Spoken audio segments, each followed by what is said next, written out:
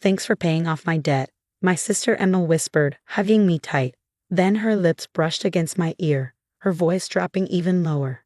Now the house is mine. She pulled back, smiling that perfect smile she'd mastered over the years, the one that fooled everyone except me. I stood there in our parents' living room, surrounded by the warmth of a family gathering that suddenly felt ice cold.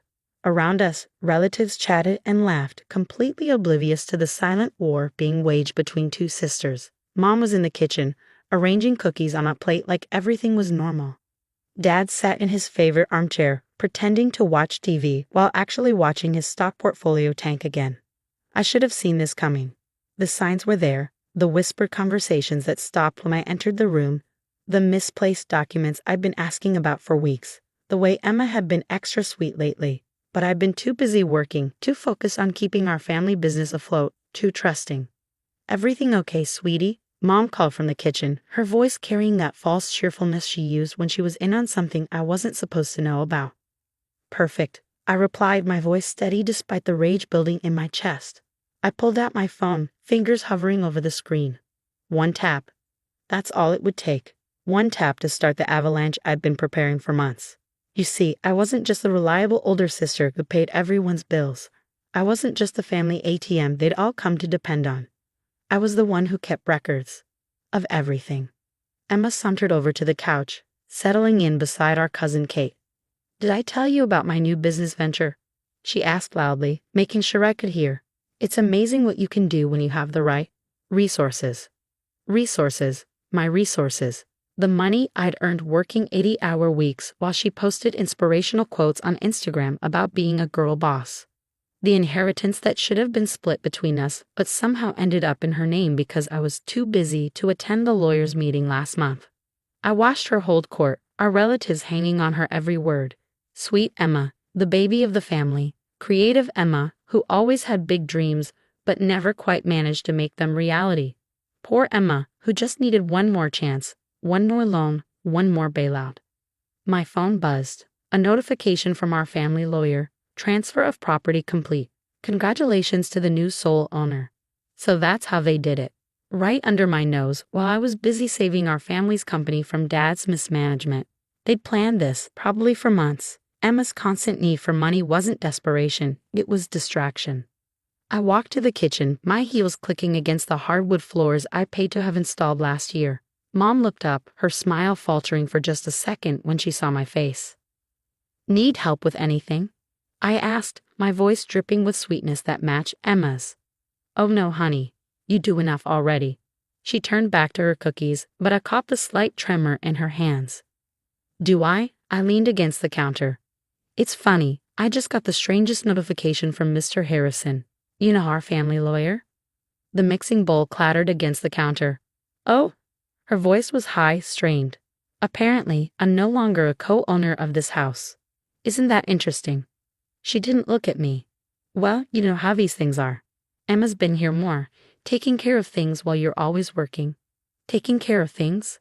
I laughed, but there was no humor in it. "You mean spending my money? Living in the house I've been paying for? Using the credit cards I guaranteed?"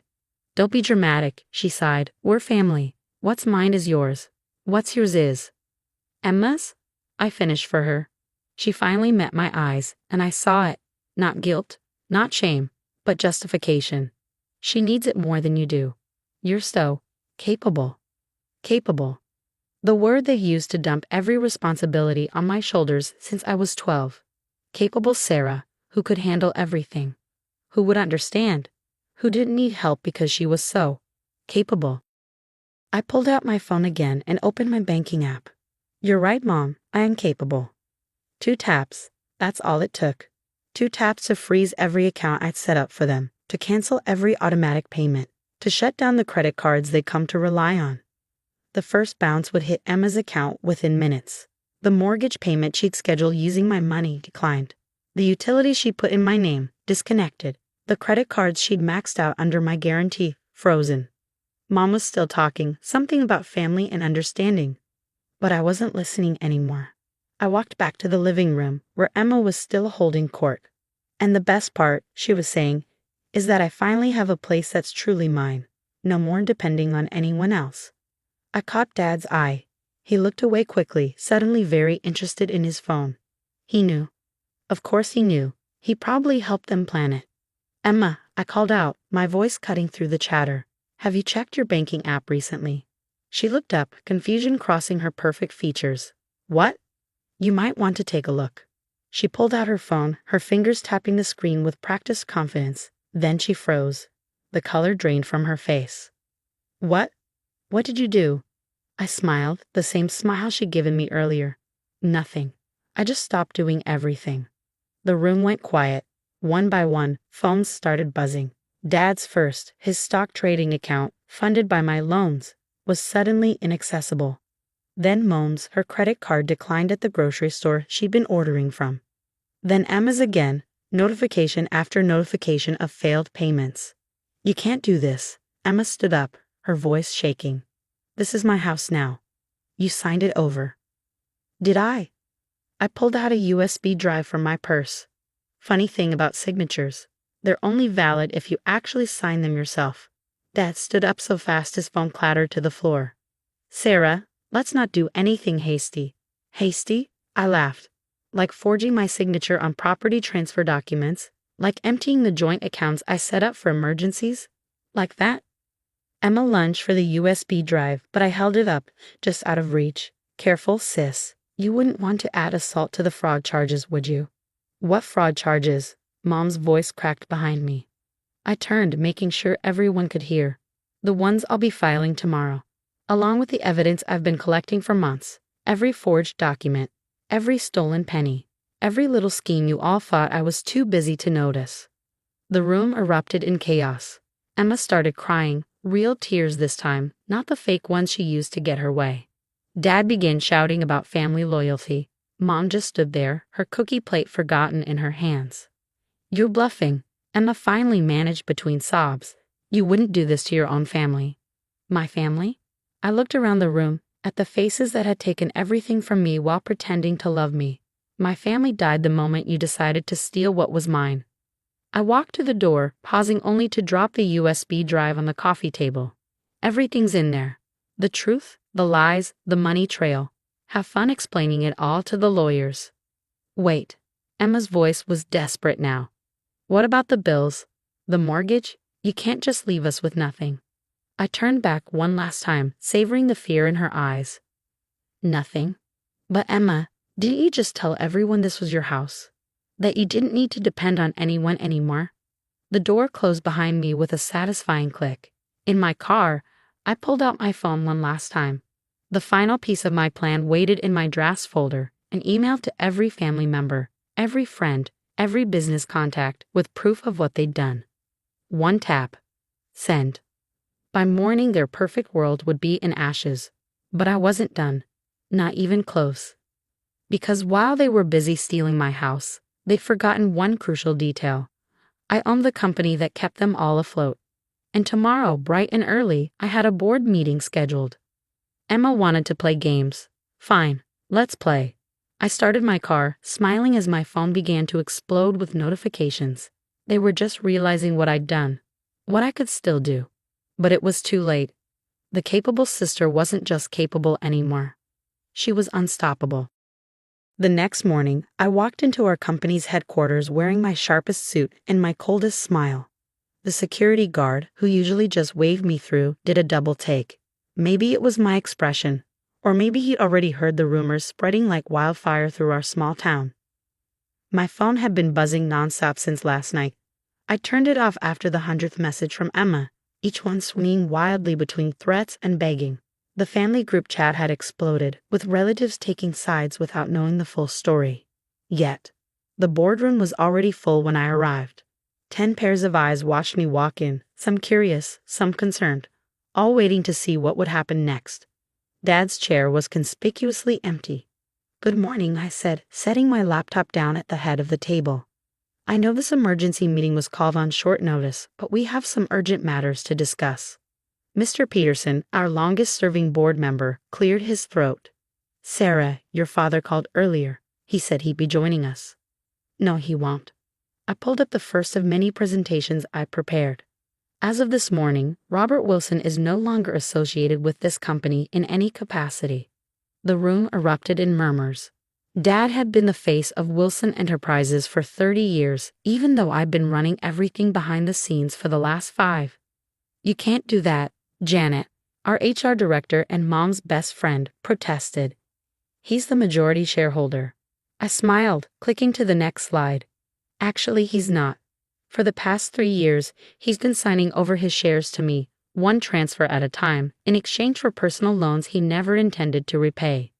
The screen filled with documentation, transfer agreements, loan documents, all bearing Dad's signature. Real ones, not the forged versions he'd gotten so fond of lately. As of last quarter, I owned 67% of this company, and given recent events, I'm exercising my right to restructure management. The door burst open. Dad stood there, red-faced and disheveled, with Emma right behind him. "This is ridiculous," he bellowed. "I built this company into the ground," I corrected calmly. "Until I took over operations 5 years ago, we were 3 months from bankruptcy. Would anyone like to see those numbers?" I clicked again, and the screen filled with graphs, red lines plunging downward during Dad's leadership, then steadily climbing since I'd taken the reins. "Sarah, please," Emma stepped forward, her eyes wide and pleading. "We can talk about this. We're family." "Miss Wilson," I said, my voice arctic, "this is a closed board meeting. Since you're neither an employee nor a shareholder, I'll have to ask you to leave. I'm your sister." "Not anymore." I turned to security, who had followed them in. "Please escort these individuals out. They're no longer authorized to be on the premises." As they were led away, Dad struggling and shouting about ingratitude, I turned back to the board. "Now let's discuss the company's new direction." For the next hour, I laid out my plans. The nepotism that had plagued our company would end. Every relative who'd been given a cushy job would be evaluated based on actual performance. The consulting fees that had been funneled to various family members would stop. This is a business, I concluded, not a family piggy bank. Anyone who doesn't like the new direction is welcome to resign. Janet stood up, her face flushed. "I've been here for 20 years. You can't just." 20 years of collecting a 6-figure salary for a job you're not qualified for, I cut in. "Would you like me to show everyone your actual work records?" She sat down quickly. By the time the meeting ended, 3 board members had resigned, 2 were on probation, and the remaining 5 were firmly behind my new leadership. The company would survive. More than that, it would thrive. Outside the boardroom, my assistant handed me a stack of messages. On top was a note from Mom. "Please come home. We need to talk." Home. The house they tried to steal from me. I crumpled the note and headed to my next appointment with the police.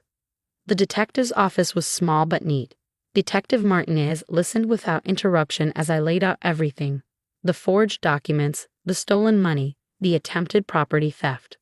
"This is quite serious," she said, reviewing the evidence I brought.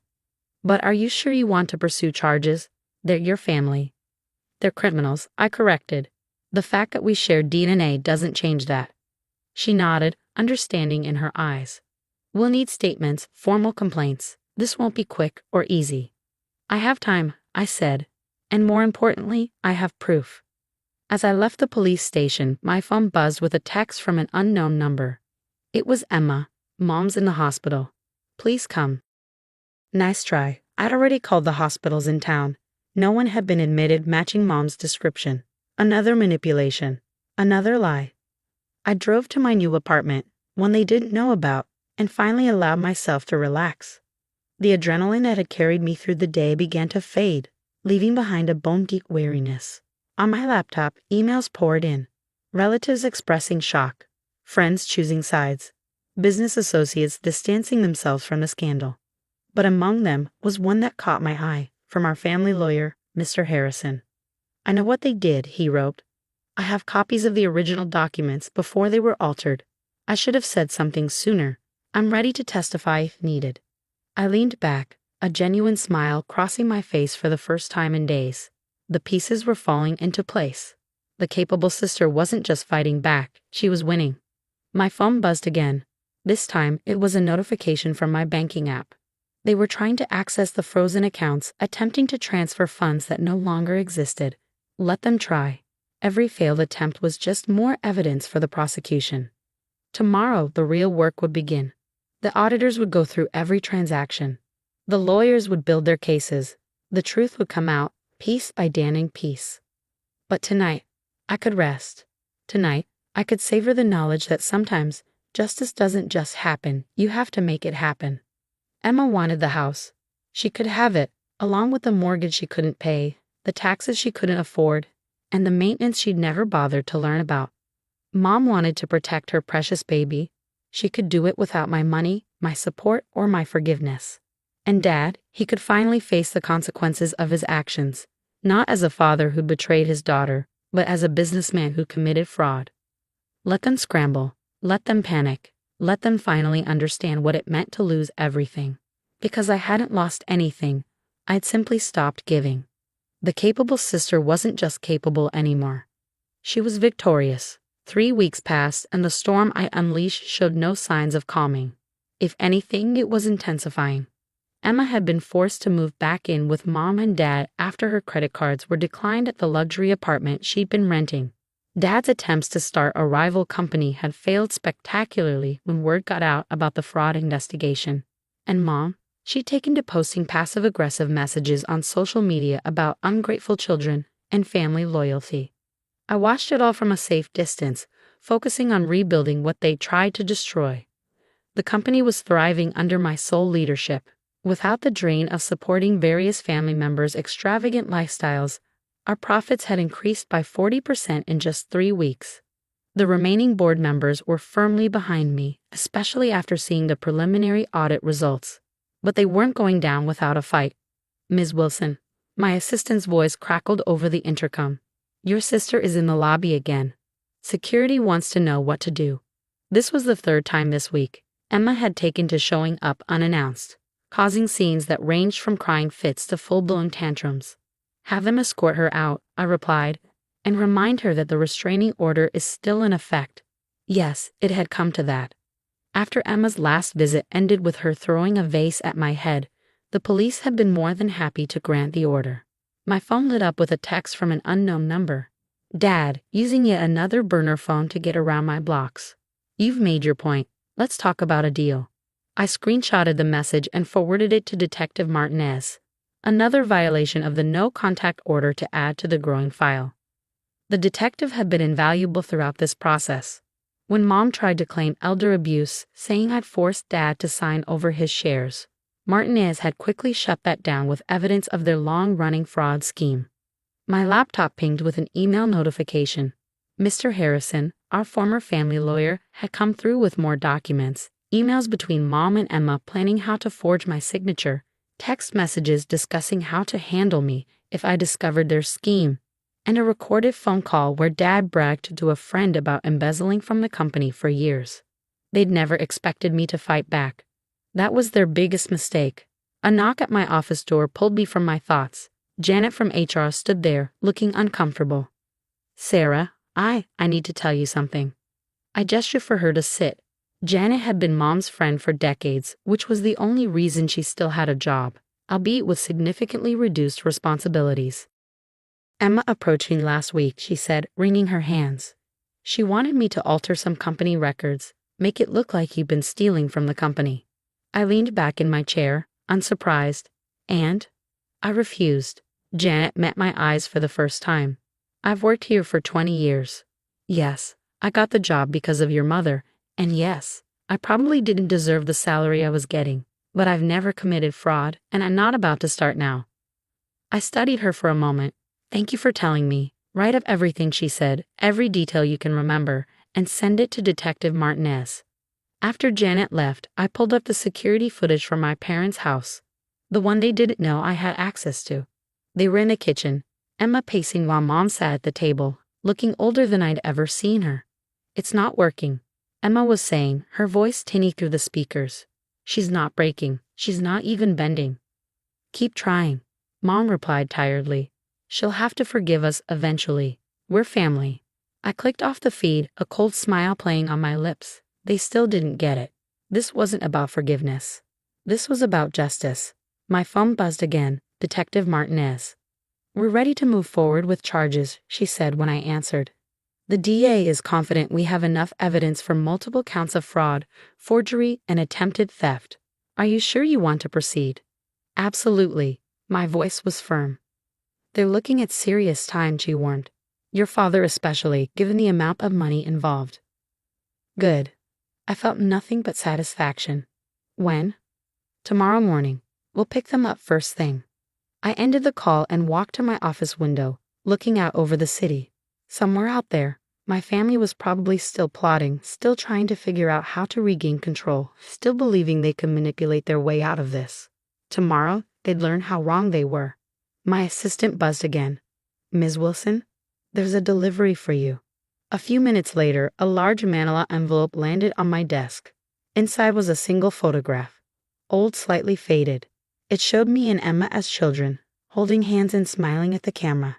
On the back, in Mom's handwriting, remember when we were a family? I dropped the photo into my shredder without hesitation. They still thought they could reach me through sentiment, through shared history, through the bonds of family. But the daughter they knew, the sister who would have forgiven them, the capable one who always fixed everything, she was gone. In her place stood someone stronger. Someone who understood that real love doesn't take advantage, real family doesn't steal, and being capable doesn't mean being a victim. Tomorrow, they would face the consequences of their actions. Tomorrow, the capable sister would deliver justice, and I wouldn't feel a thing except victory.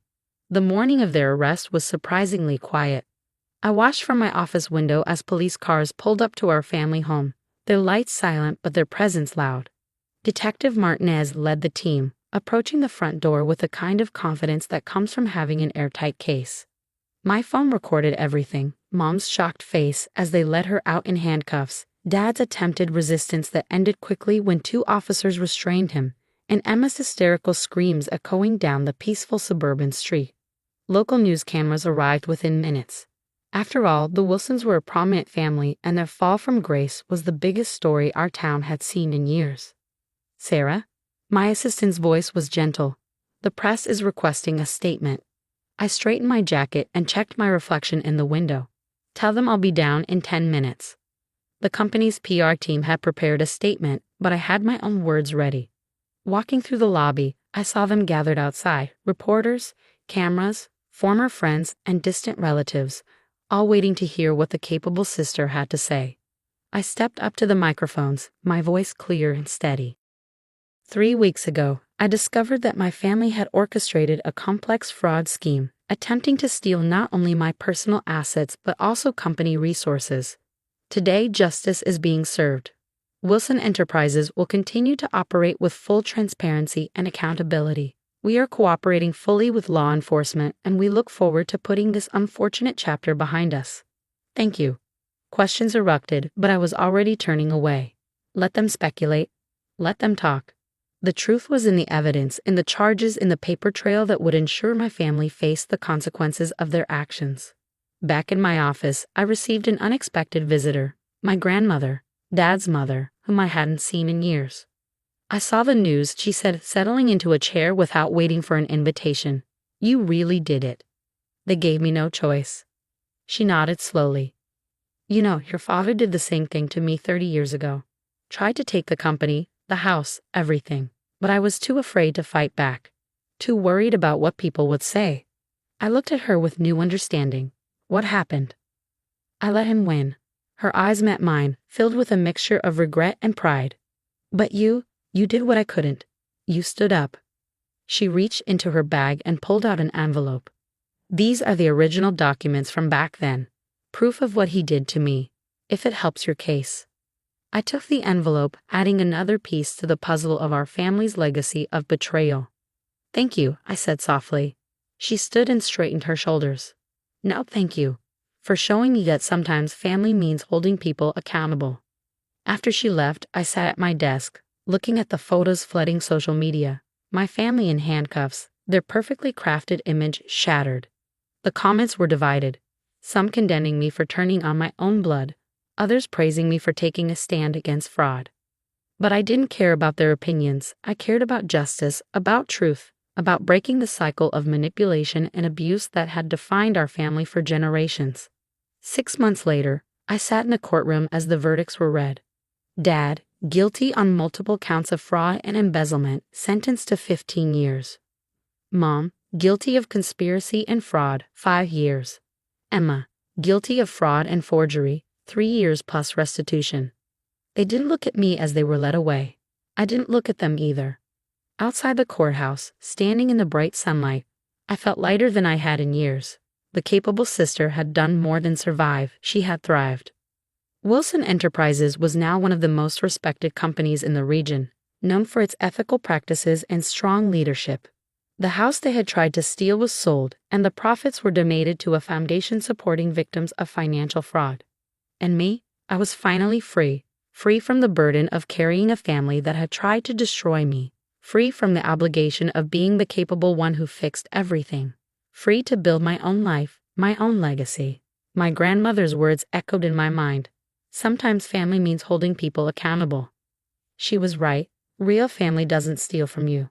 Real family doesn't try to destroy you. Real family lifts you up, supports you, and celebrates your success instead of trying to steal it. I had lost the family I was born into, but I had gained something more valuable: self-respect, strength, and the knowledge that being capable doesn't mean being a victim. The capable sister wasn't just capable anymore. She was triumphant.